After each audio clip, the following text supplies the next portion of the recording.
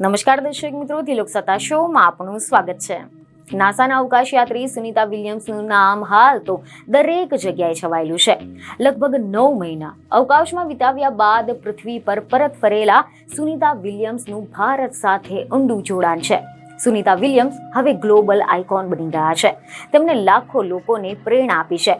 ભારત અને અમેરિકા પૃથ્વી પર સુનિતા વિલિયમ્સ, બુચ વિલ્મોર સહિત અન્ય 2 અવકાશ યાત્રીઓના આગમનની ઉજવણી કરી રહ્યા છે। પરંતુ અવકાશ યાત્રીઓને સ્પેસ એક્સની ડ્રેગન કેપ્સ્યુલ મારફતે પૃથ્વી પર પરત ફરતા સમયે એવી અનેક મુશ્કેલીઓ આવી હતી જે તેમના માટે ખૂબ જ પડકારજનક રહી, જેના વિશે આજે અમે તમને ડિટેલમાં જાણકારી આપીશું। તો અહેવાલ એવા મળી રહ્યા છે કે ગત વર્ષ જૂન માસમાં માત્ર 8 દિવસ માટે આંતરરાષ્ટ્રીય સ્પેસ સ્ટેશન પર ગયેલા બંને અવકાશ યાત્રીઓ 9 મહિનાના લાંબા ઇંતજાર બાદ પૃથ્વી પર પરત ફરી શક્યા છે।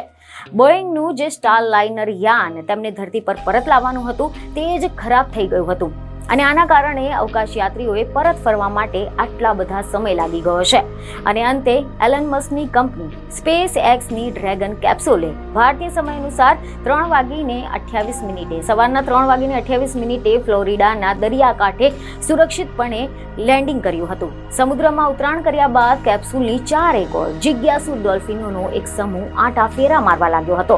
જો કે અહેવાલ એવા મળી રહ્યા છે કે અવકાશ યાત્રીઓએ સ્પેસ સ્ટેશનની ધરતી પર પહોંચવામાં લગભગ 17 કલાક લાગ્યા હતા, કારણ કે પૃથ્વીના વાયુમંડળમાં પ્રવેશતી વખતે આ ડ્રેગન કેપ્સ્યુલની ઝડપ 17,000 માઇલ પ્રતિ કલાકની હતી, જે થોડી જ વારમાં ઘટાડી દેવામાં આવી હતી, કારણ કે કેપ્સ્યુલ ધરતીના વાયુમંડળમાં પ્રવેશી એ સમયે કોમ્યુનિકેશન બ્લેક આઉટ થઈ ગયું હતું, જે 3:20 ફરીથી પ્રસ્થાપિત થઈ ગયું હતું।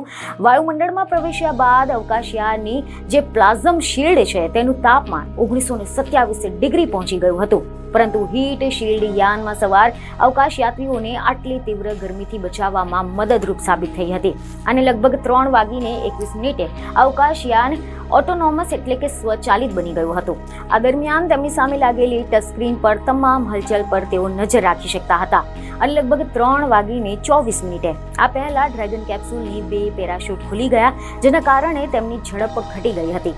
આ દરમિયાન એક મોટો જોરદાર ઝાટકો પણ લાગ્યો હતો, જેના બાદમાં વધુ 2 પેરાશૂટ ખુલી ગયા હતા। જો કે સમાચાર એવા મળી રહ્યા છે કે કેપ્સ્યુલ જ્યારે સમુદ્રની સપાટી પર લેન્ડ કર્યું એની સાથે જ તેની આસપાસ ડોલ્ફિન માછલીઓનો સમૂહ ચક્કર કાપતો નજરે પડ્યો હતો। સ્થળ પર હાજર રિકવરી ટીમ કાસ્ટ બોટ્સ વડે કેપ્સ્યુલ સુધી પહોંચી શકી અને સુરક્ષાનો અંદાજ લગાવ્યા બાદ પેરાશૂટ હટાવી લેવામાં આવ્યા, જેના બાદમાં સ્પેસ એક્સનું રિકવરી પોર્ટ પહોંચ્યું, જે લેન્ડિંગ સાઇટની 2 માઇલ દૂર ઊભું હતું। અવકાશયાન પરત ફરી રહ્યું હતું તે સમયે આકાશ સંપૂર્ણપણે સાફ હતું। એના બાદમાં દોરડા વડે આ કેપ્સ્યુલને સુરક્ષા બોટ પર લઈ જવામાં આવ્યા હતા અને બાદમાં ડ્રેગનનું સાઇટ હેચ ખોલ્યું હતું અને આખું વિશ્વ અવકાશ યાત્રીઓની ઝલક જોવાનો ઇંતજાર કરવા લાગી હતી।